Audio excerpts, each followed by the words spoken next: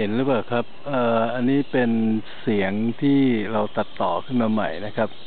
ตอนนี้นกเต็มท้องฟ้า ก็ไม่ถึงว่านั่นนะฮะ ก็เดี๋ยวก็ดูครับ ตอนนี้นก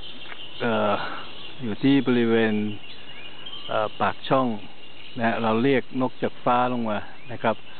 แล้วก็เดี๋ยวคอยดูนกจะเริ่มเข้านะฮะ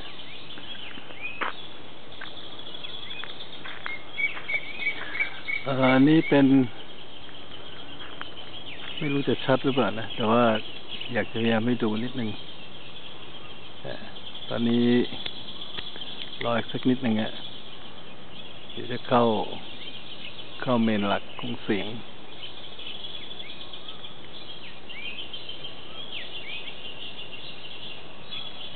ตอนนี้ก็อย่างที่ว่าครับ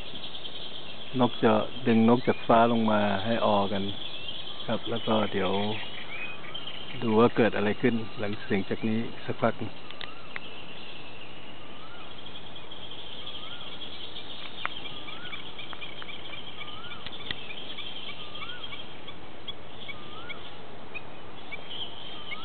ลองดูเดี๋ยวลองดูปฏิกิริยาที่เกิดขึ้นนะครับเดี๋ยวลองดูปฏิกิริยาที่เกิดขึ้น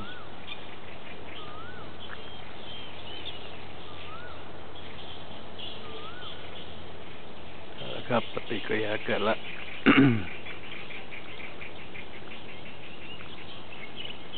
อันนี้เป็นเสียงสดนะครับ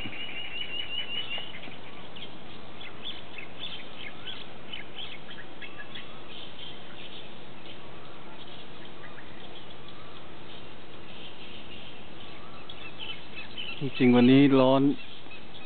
น่าจะร้อนมากนะฮะแต่ว่าพอดีครึ้มนิดหน่อยก็เลยน่าจะโอเคเวิร์ก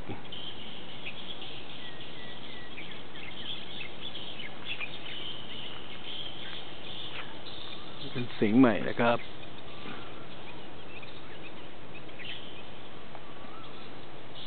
ของคอลเลกชันที่4เดี๋ยวเราดูอะไรสิ่งที่เกิดขึ้นกันดูไปเรื่อยๆครับเดี๋ยวดูไปเรื่อยๆเดี๋ยวนกจะทะลุเข้าไปในช่องนกเข้า